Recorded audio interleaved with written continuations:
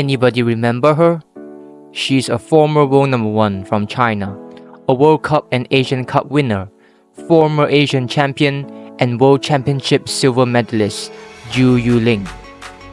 Zhu Yuling was immensely talented. At just 20 years old, she shocked the world by taking down everyone in her path, including her own teammates. She crushed reigning world champion Ding Ning for love at the 2015 China Open and defeated former world number 1 Liu Shiwen at the Japan Open that same year. Both Ding Ning and Liu Shiwen were still in their prime, arguably two of the most dominant female players at that time, but Zhu Yuling was simply unstoppable. Unfortunately, life had other plans for this gifted young woman. In 2020, she was right in the fight for a spot in the Tokyo Olympic women's singles event, and honestly, she had a good shot, especially since Ding Ning and Liu Shiwen both withdraw from the Olympic selection tournament. But then, her form suddenly dropped at the worst possible moment.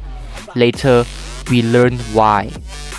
She has been diagnosed with a benign tumor, one that drastically weakened her immune system and left her unable to perform at her best.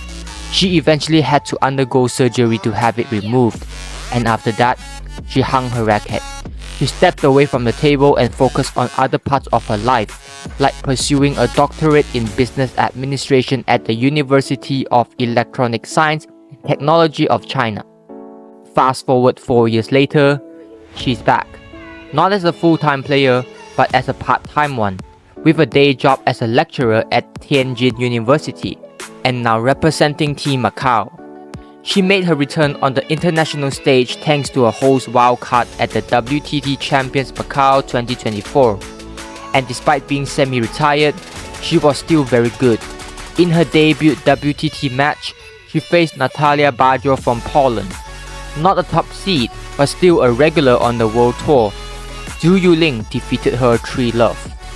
Then came the biggest test, Wang Manyu, a top Chinese player and an old friend. As expected, Zhu Yuling couldn't keep up. Years away from the game, limited training, there's only so much she could do. Let's be honest, even fully active Japanese stars struggle to beat Chinese players, so what more of a semi-retired veteran? But Zhu wasn't done. She went on to play more international events, starting with the feeder series. At the WTT Feeder Cagliari 2024, she claimed the title by defeating top seed Sakura Yokoi in a 5-set thriller. Then came the Singapore Smash 2025. Zhu Yuling stunned everyone by sweeping past Du Hoi Kem, Miu Hirano, and rising Japanese star Satsuki Odo, all with dominant scores of 3-love. But she was eventually stopped in the quarterfinals by another Chinese player, Kuai Man. At the WTT Champions Incheon, she kept the momentum going, this time taking down Hina Hayata, Japan's top player. Just think about that. Part-time, 30-year-old athlete beating the biggest non-Chinese threat in women's table tennis. Then she met Satsuki Odo again, and again, she won. This time, coming back from 2-love down to win 4 straight games and eventually taking the match, proving the earlier result at the Singapore Smash was no fluke. In the semifinals, once again losing to another Chinese player, Wang Yidi, but her record against 9 Chinese players remained 100%. Then came Taiyuan. Zhu Yuling took down a Chinese main player, Qian Tianyi, squeezed past Yokoi once again, and demolished another rising Chinese talent, Chen Yi. But her run was halted by a defensive specialist, Honoka Hashimoto, the rising chopper from Japan, and her first loss to a non-Chinese opponent since her comeback. Still, the fact remains, she hasn't lost much of her form, even at her age and with less training. She's proved that class is permanent. But then again, with such incredible form, you might be wondering, why isn't she playing on the bigger stage, like the Olympics or World Championships? Well, not participating in the Olympics is understandable as Macau is not recognized by the International Olympics Committee. But why didn't she join the World Cup when it's literally held in front of her home turf, Macau, and not join the recent World Championships in Doha? Well, the truth is, She can't. This is due to a naturalization rule implemented by the International Table Tennis Federation in 2008. Any player who changed their national association after the age of 21 must wait 9 years before they can represent their new association in the Olympics, World Championships, or World Cup.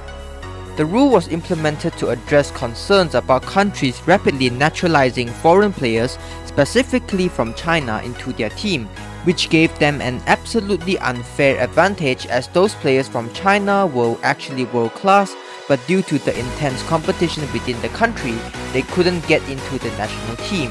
A great example of a country gaining massive unfair advantage due to this was Singapore. Singapore's foreign sports talent scheme involved importing top Chinese table tennis players who quickly rose to become world-class Singaporean athletes. This gave Singapore a significant and somewhat unfair competitive advantage, as these players rapidly reached top 20 and even top 10 rankings globally under Singapore's flag. The dominance of these naturalized players sparked controversy and accusations of undermining the spirit of fair competition.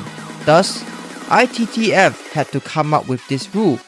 While not a lifetime ban, this rule greatly reduces the advantage of naturalizing current top players.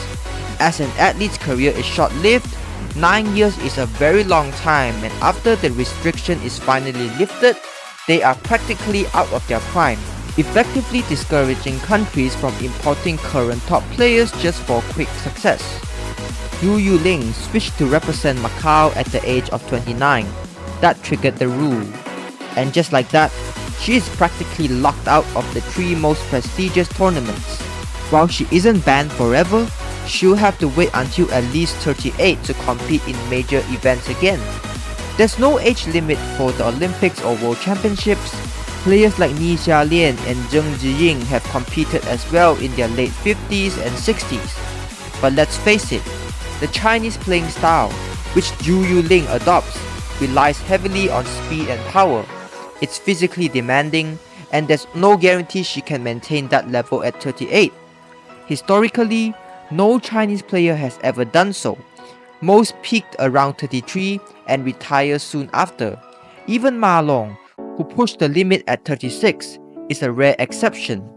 Zhu Yuling can still compete for fun, but realistically, her medal hopes are likely over. Some people might ask, why doesn't Zhu Yuling just go back to the Chinese national team? Honestly, I don't think she can. Chinese table tennis scene is insanely competitive. It's the national sport. Every year, thousands of young, hungry and healthy talents are waiting for their shot. The CTTA is clearly focused on developing the future, not reinvesting in players in their 30s who are clearly past their prime. But here's the thing, Zhu Yuling doesn't care. She said it herself, being able to step back on the table healthily is already a miracle. She's simply happy to play again. She doesn't even care about rankings anymore. When asked in an interview about her skyrocketing rank, she said she didn't even know what it was and didn't even think it mattered. Honestly, why should she? She's already been world number 1.